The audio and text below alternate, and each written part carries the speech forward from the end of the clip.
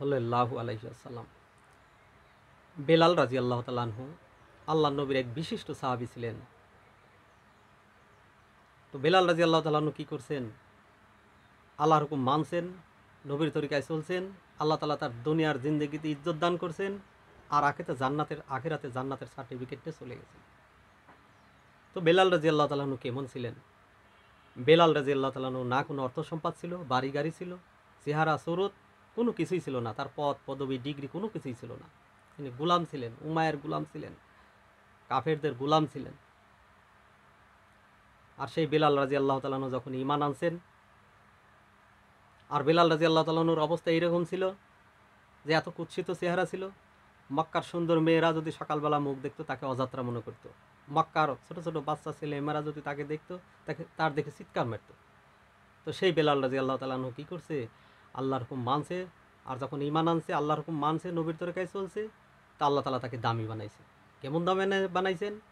দুনিয়ার জিন্দেগিতে এক ইজ্জত আলা জিন্দেগি দান করছেন, আর আখিরাতে জান্নাতের সার্টিফিকেট নিয়ে চলে গেছে। সেই বেলাল রাদিয়াল্লাহু তাআলা ছিল উমায়ের গোলাম, ছিল কাফেরদের গোলাম ছিল।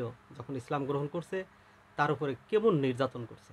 সারা দিন সারা রাত প্রহার করছে পালাক্রমে, আর দিনের বেলায় উত্তপ্ত বালের উপরে পাথর চাপায়া দিয়ে রাখছে যে ইসলাম ত্যাগ করতে বেঁচে যাবে, নাহলে তোমাকে এখানেই এই তো উত্তপ্ত বালির মধ্যেই তোমার জিন্দিগি চলে যাবে। তারপরও সে ঈমান ত্যাগ করে নাই। উমায়া তাকে গোয়াল ঘরের মধ্যে থাকতে দিছে, উট দুম্বার ঘরে থাকতে দিছে, খাইতে দেয় নাই। রড পুরা দিয়ে, লোহা পুরা দিয়ে মাথায় জিব্বায় ঠুটে ছ্যাঁক দিছে। তো কোনো এক যুদ্ধে মুসলমানদের জয় হয়ে যায়, দেখে উমায়া পালায়া যাইতেছে ময়দান থেকে। অন্যান্য সাহাবীরা বলতেছে, দেখো বেলাল,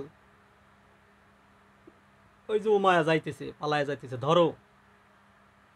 আর বেলাল রাদিয়াল্লাহু তাআলা আনহু বলতেছেন যে আমি তাকে মাফ করে দিছি। কেমন সাহাবী ছিলেন! আর অন্যান্য সাহাবীরা বলতেছে, তুমি মাফ করে দিতে পারো, আমরা মাফ করব না। যে উমায়া তোমাকে গোয়াল ঘরে থাকতে দিছে, খাইতে দেয় নাই, রড পুরা দিয়ে মাথায় শরীরে ছ্যাঁক দিছে, উত্তপ্ত বালির মধ্যে শোয়ায় রেখে তোমাকে প্রহার করছে, সারা রাত তোমাকে আঘাত করেছে, তুমি বিলাল মাফ করতে পারো, আমরা মাফ করব না। অন্যান্য সাহাবীরা যুদ্ধের ময়দান থেকে তাকে ঘোড়া দৌড়ায়া দাবড়ায়া তাকে ধরছে, ময়দানের মধ্যে পাড়ি ফেলাইছে। আর বেলাল রাদিয়াল্লাহু তাআলা আনহু উমায়ার শরীরের উপরে ঝাঁপায়া পড়ছে, আর বলতেছে, তোমরা তাকে মেরো না, সে তো আমার মনিব ছিল, আমি তাকে মাফ করে দিছি। তো বেলাল রাদিয়াল্লাহু তাআলা আনহু এমনই ছিলেন, আল্লাহ নবীর এক বিশিষ্ট সাহাবী ছিলেন, যিনি নাকি যতক্ষণ আজান দিচ্ছিলেন না ততক্ষণ সুবেহ সাদেক হইতেছিল না। আল্লাহ তাআলা তাকে কেমনভাবে কবুল করছেন, আসমানে কবুল করে নিছেন। বেলাল রাদিয়াল্লাহু তাআলা আনহু এমনই ছিলেন যে আল্লাহ তাআলা তাকে দুনিয়ার জিন্দেগিতে এক ইজ্জত দান করছেন, আখিরাতের জিন্দেগিতেও সেই ইজ্জত আলা জিন্দেগি পাবে, জান্নাতের সার্টিফিকেট নিয়ে চলে গেছেন। আল্লাহ নবীর বিশিষ্ট সাহাবী ছিলেন বেলাল রাদিয়াল্লাহু তাআলা। সেই জন্য দুনিয়ার অর্থ সম্পদ, টাকা পয়সা, ধন দৌলত, এগুলোর মধ্যে সুখ শান্তি কামিয়াবি সফলতা নাই, এগুলোর মধ্যে ইজ্জত নাই। ইজ্জত একমাত্র আল্লাহর হুকুম নবীর সুন্নাহর মধ্যে। যে ব্যক্তি আল্লাহর হুকুম নবীর সুন্নাহ অনুযায়ী জিন্দিগি বানাবে, আল্লাহ তাআলা তাকে দুনিয়ার এক জিন্দিগিতে শান শওকত আলা জিন্দিগি দান করবেন, আখিরাতেও সে এক ইজ্জত আলা জিন্দিগি পাবেন।